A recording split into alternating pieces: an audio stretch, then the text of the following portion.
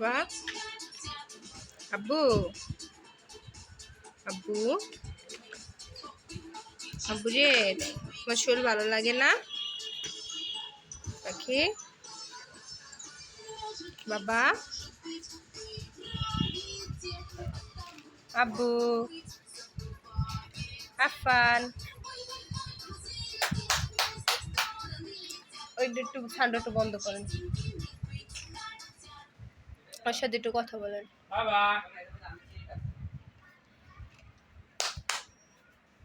আব্বু এই যে আপান পিকাবু, এই যে পিকাবু।